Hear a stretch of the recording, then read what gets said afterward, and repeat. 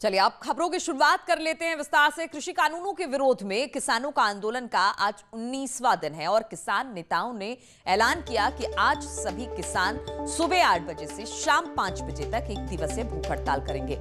इसके अलावा सभी जिला मुख्यालयों पर विरोध प्रदर्शन किया जाएगा। किसान आंदोलन को देखते हुए सभी जगह पर पुलिस के सख्त इंतजाम किए गए हैं। तो आज भूख हड़ताल करेंगे किसान एक एक कर। आज 19 दिन हो चुके हैं किसानों के आंदोलन को देखते हुए और आज किसानों की अगर स्ट्रेटेजी की बात की जाए तो उन्होंने कहा है कि वो भूख हड़ताल करेंगे। सुबह 8 बजे से शाम 5 बजे तक वो भूख हड़ताल करेंगे। साथ ही साथ तमाम मुख्यालयों पर उनका धरना प्रदर्शन भी होगा। तो किसानों का आंदोलन लगातार आगे बढ़ते हुए और सरकार पर दबाव बनाने की कोशिश कि हमारी जो मांगे हैं उसे सरकार जल्द से जल्द पूरा करे, नहीं तो किसान इस आंदोलन को और आगे तक लेकर जाएंगे। और आज इसी कड़ी में 8 से 5 किसानों ने भूख हड़ताल की बात कही है।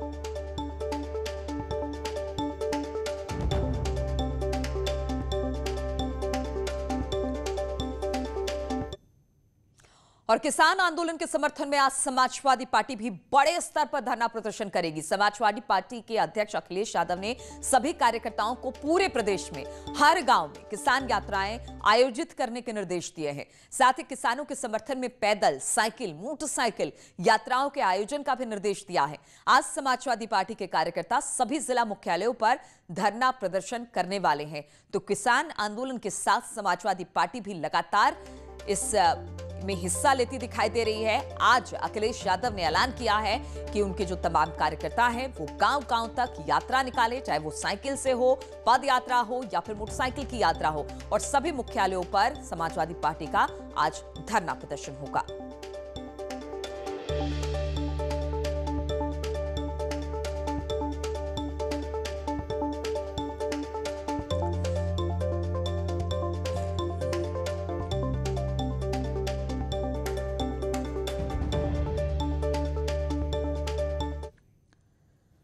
और किसान आंदोलन के 19वें दिन क्या हालात इस वक्त बने हुए हैं सड़कों पर, बातचीत करने के लिए अमित राणा हमारे संवाददाता गाजियाबाद से, उमेश श्रीवास्तव मेरठ से, प्रशांत हमारे साथ लखनऊ से जुड़े हैं। सबसे पहले तो हम चलेंगे अमित के पास।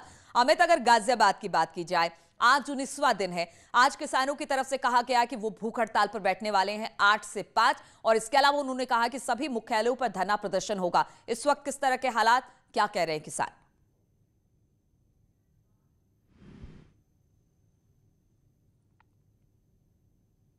तरीके से कहा गया था कि 8 से 5 भूख हड़ताल की जाएगी किसानों द्वारा। साथ ही जितने भी जिला मुख्यालय हैं वहां पर भी प्रदर्शन किया जाएगा। साथ ही जो बीजेपी के बड़े लीडर हैं उनके घरों के घेराव की भी बात कही जा रही है। मैं धरना स्थल की तस्वीर आपको दिखाऊंगा। यहाँ पर ये खड़ऊ पहन के बाबा जी रहते हैं और वेरी फर्स्ट डे से ये यहाँ पर बैठे हुए हैं। ना ये कुछ बोलते हैं, सत्याग्रह आंदोलन इन्होंने चलाया हुआ है, हम अपनी जमीन नहीं बिकने देंगे। ना ये कुछ बोलते हैं, ना किसी से बात करते हैं, यहीं धरना स्थल पर रहते हैं, चाहे सुबह हो, चाहे शाम हो, चाहे रात हो।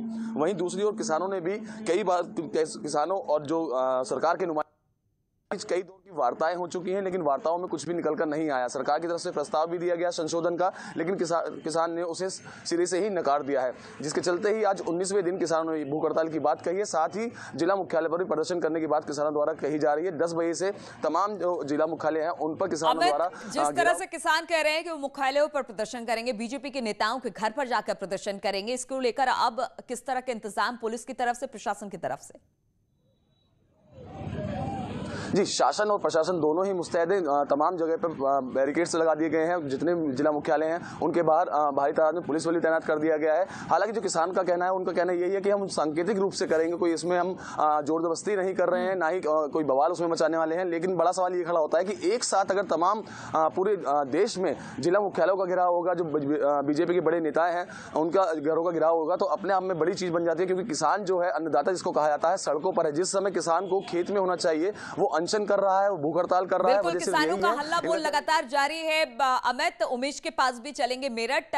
उमेश, अगर मेरठ की बात की जाए, कल हमने देखा था तमाम जो टोल थे उसको फ्री कर दिया था किसानों ने, उनका प्रदर्शन उस तरीके से था कल जिस तरह से हमने सड़कों पर देखा। आज इन्होंने कहा है कि वो भूख हड़ताल पर बैठने वाले हैं। 8 से 5 का समय रखा गया है। मुख्यालयों पर प्रदर्शन की बात की गई है, बीजेपी नेताओं के घर के बाहर प्रदर्शन की बात की गई है। इसको लेकर सुरक्षा व्यवस्था किस तरह की है और क्या हालात?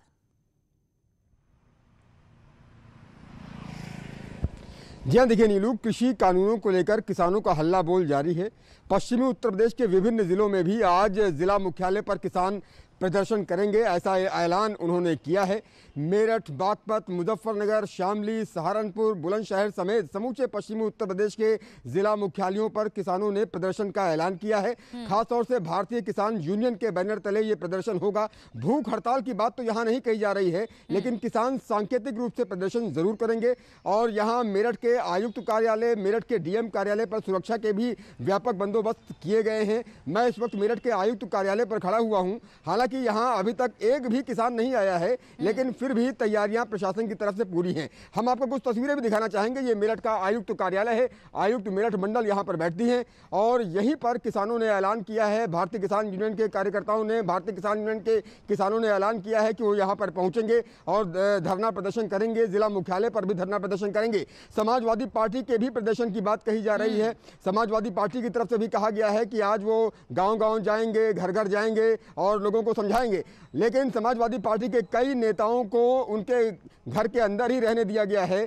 जो भी नेता यहाँ के हैं, समाजवादी पार्टी के जो बड़े नेता हैं, उनके घर के बाहर किसानों के साथ समाजवादी पार्टी भी इसमें कूद गई है। समाजवादी पार्टी का भी आज हर गांव-गांव में प्रदर्शन देखने को मिल रहा है। प्रशांत भी लखनऊ से हमारे साथ जुड़ गए हैं।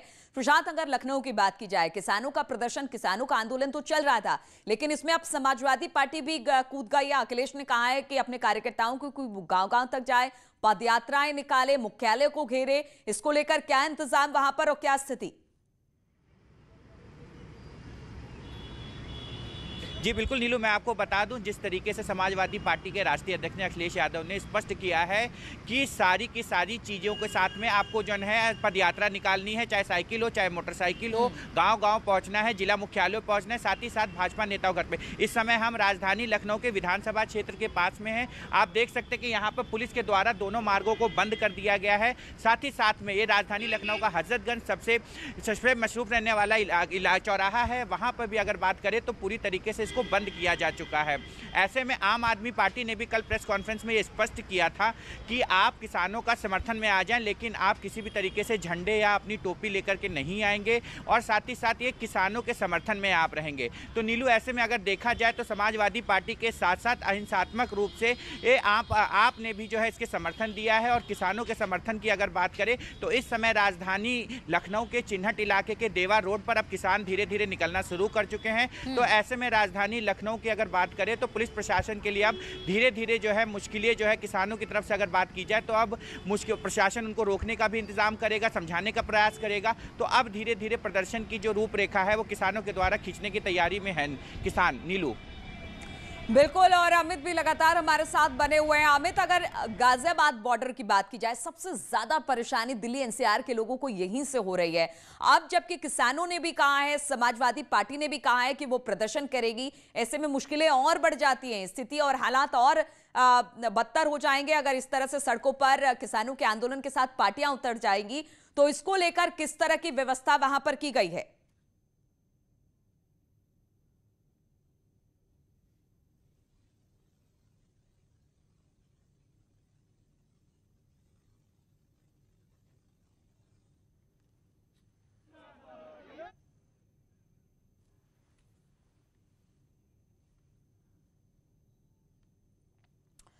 तो सुरक्षा के कड़े इंतजाम किए गए हैं। आज किसानों का 19वां दिन आंदोलन का, और इस आंदोलन के 19वें दिन भूख हड़ताल की बात किसानों ने कही है, मुख्यालयों को घेरने की किसानों ने बात कही है, और समाजवादी पार्टी भी आज सड़कों पर उतरेगी। ये देखने वाली बात होगी कि प्रशासन के लिए कितनी बड़ी ये चुनौती। चलिए बढ़ते हैं अगली खबर की ओर। प्रतापगढ़ में देर रात एक भीषण सड़क हादसे में एक सिपाही समेत 5 लोगों की मौत हो गई। हादसा पीपरी खालसा गांव के पास उस वक्त हुआ जब तेज रफ्तार बोलेरो कार एक पेड़ से टकरा गई, जिससे कार सवार 5 लोगों की मौत हो गई। सभी लोग एक शादी समारोह से लौट रहे थे। मृतकों में शामिल सिपाही संदीप यादव की रविवार को ही सगाई हुई थी। संदीप यादव मऊ जिले में तैनात थे और रविवार को अपनी सगाई के बाद वो अपनी साली के शादी समारोह में शामिल होने गए थे। 5 युवकों की दर्दनाक मौत के बाद पूरे इलाके में कोहराम मच गया। मौके पर पहुंची पुलिस ने गैस कटर से काटकर शवों को कार से बाहर निकाला। सभी मृतक खजोहरी गांव के रहने वाले हैं और आपस में रिश्तेदार बताए जा रहे हैं। एंगेजमेंट हुआ था। किसका? भैया का 2013 के बैच के सिपाही थे। अभी छुट्टी पे आए थे, आज इंगेजमेंट तक, कल ड्यूटी पे जाने वाले थे। रास्ते में थाना कन्हई के पिपरी मोड़ के पास एक्सीडेंट हुआ है, जिसमें प्रथम दृष्टया जहाँ से पाया गया है कि पेड़ से टक्कर हुआ है और कुछ लोग कह रहे हैं कि शायद कोई ब्रेजा गाड़ी भी बीच में आई है, उसकी भी हम जांच करेंगे। और जिसमें पांचों की स्थिति उसमें नाजुक थी और हॉस्पिटल आते आते उनकी मृत्यु हो चुकी है और आगे की विधिक कार्रवाई हम कर रहे हैं। उसमें एक सिपाही भी बताया जा रहा था जिसकी आज सगाई ही हुई। हाँ, इसमें एक संदीप यादव है, हमारा साथी कांस्टेबल है मऊ जनपद का, और ये जानकारी मिली है।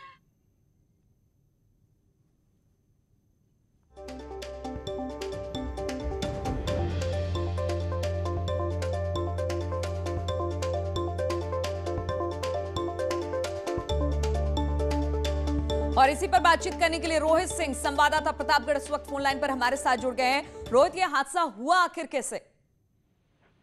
जी, अपने दर्शकों को बताना चाहेंगे, ये पूरा मामला जो है बीती रात का है और ये जो है जो लोग हैं ये बीती रात जो है शादी समारोह से जो है शिरकत करके अपने घर को वापस आ रहे थे। जैसे ये बीच रास्ते में पहुंचे थे वैसे ही इनकी गाड़ी जो है अनियंत्रित होकर जो है तेज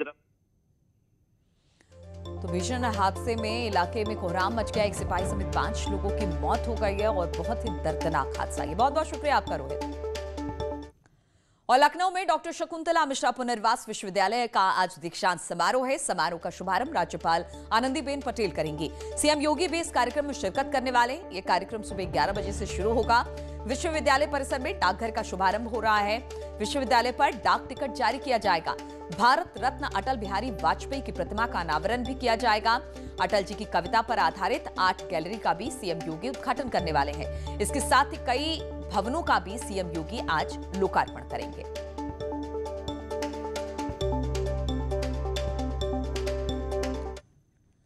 और सीएम योगी ने रविवार को मेरठ में कृषि विश्वविद्यालय में हाईटेक लाइब्रेरी का उद्घाटन किया। साथ ही 325 करोड़ की योजनाओं का शिलान्यास भी किया। इस मौके पर सीएम योगी ने पश्चिमी उत्तर प्रदेश के किसानों की जमकर तारीफ की और कहा कि 1857 से आजादी की लड़ाई की शुरुआत करने वाली ये पावन माटी है जिसके किसानों ने अपनी कड़ी मेहनत से इस इलाके को समृद्धशाली बनाया। और केंद्र और राज्य सरकार की कोशिश है कि किसानों की आमदनी बढ़ाई जाए। विपक्ष पर निशाना साधते हुए कहा कि विपक्ष किसानों के मुद्दे पर भ्रम फैला रही है। विदेशी झूठन पर पलने वाले आज षड्यंत्रकारी बने हुए हैं। ये लोग शुरू से ही देश की समस्याओं का समाधान नहीं चाहते हैं, लेकिन आज प्रधानमंत्री मोदी ने पूरी तस्वीर ही बदल दी। विकासशील होने के साथ साथ आज देश की सीमाएं पूरी तरह से सुरक्षित है। कि पश्चिमी उत्तर प्रदेश के विकास में किसी भी प्रकार की कोई कोताही नहीं आने दी जाएगी। यहाँ की बहन बेटियों की सुरक्षा के साथ भी किसी को खिलवाड़ नहीं करने देंगे। और हमने पुलिस प्रशासन को साफ कहा है,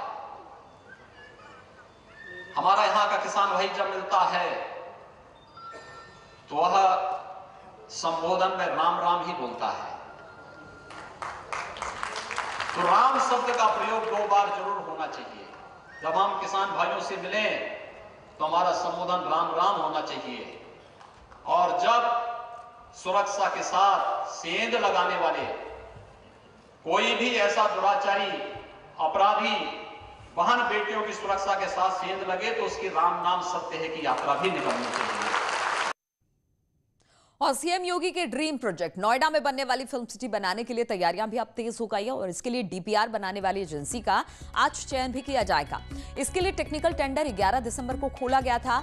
इस बारे में यमुना अथॉरिटी के सीईओ डॉक्टर अरुण वीर सिंह ने बताया कि टेंडर प्रक्रिया में शामिल कंपनियों ने प्रेजेंटेशन दे दिया है।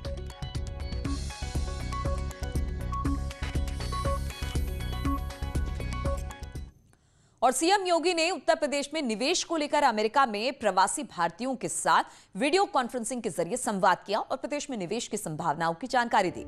इस बैठक का आयोजन Uttar Pradesh association of north America ने Uttar Pradesh investment and tourism event को लेकर किया था।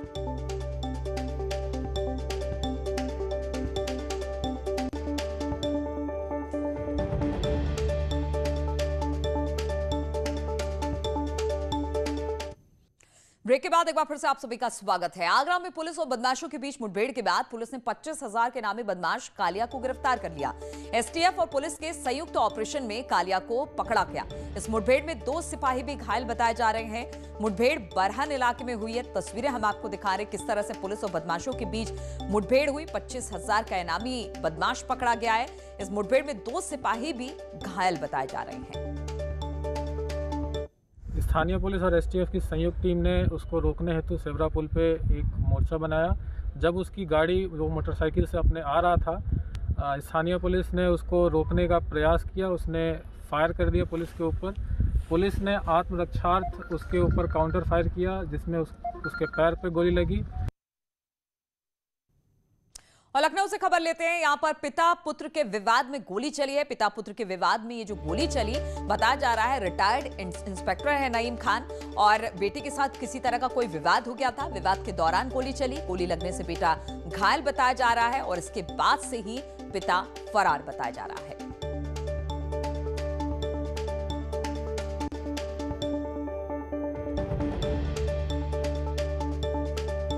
लखनऊ का पूरा मामला है, जहां पर पिता पुत्र में किसी बात को विवाद हुआ और विवाद के बाद गोली चली, जिसमें बेटा घायल हुआ है। अगली खबर की ओर बढ़ते हैं। बातचीत करते हैं हम झांसी की, जहां पर नशे में धुत 5 शराबियों के बीच मामूली विवाद में जमकर यहां पर मारपीट हुई है। मामला एलाइट चौराहे का है, जहां पर 5 युवकों के बीच जमकर लात घुसे चले। इस बीच किसी राहगीर ने इनका वीडियो बना लिया। मारपीट की सूचना पर मौके पर पहुंची पुलिस ने 5 शराबियों को फिलहाल हिरासत में ले लिया। शराबियों ने पुलिस के साथ भी इस दौरान अभद्रता की। और फिरोजाबाद के थाना दक्षिण के पेमेश्वर गेट इलाके में 2 पक्षों के बीच मारपीट हुई। दोनों पक्षों में जमकर लाठी डंडे चले हैं, जिसमें 3 महिलाएं समेत 9 लोग गंभीर रूप से घायल हुए हैं। वही घटना की सूचना पर पहुंची पुलिस ने घायलों को उपचार के लिए जिला अस्पताल में भर्ती कराया। फिलहाल पुलिस पूरे मामले की छानबीन में जुट गई है।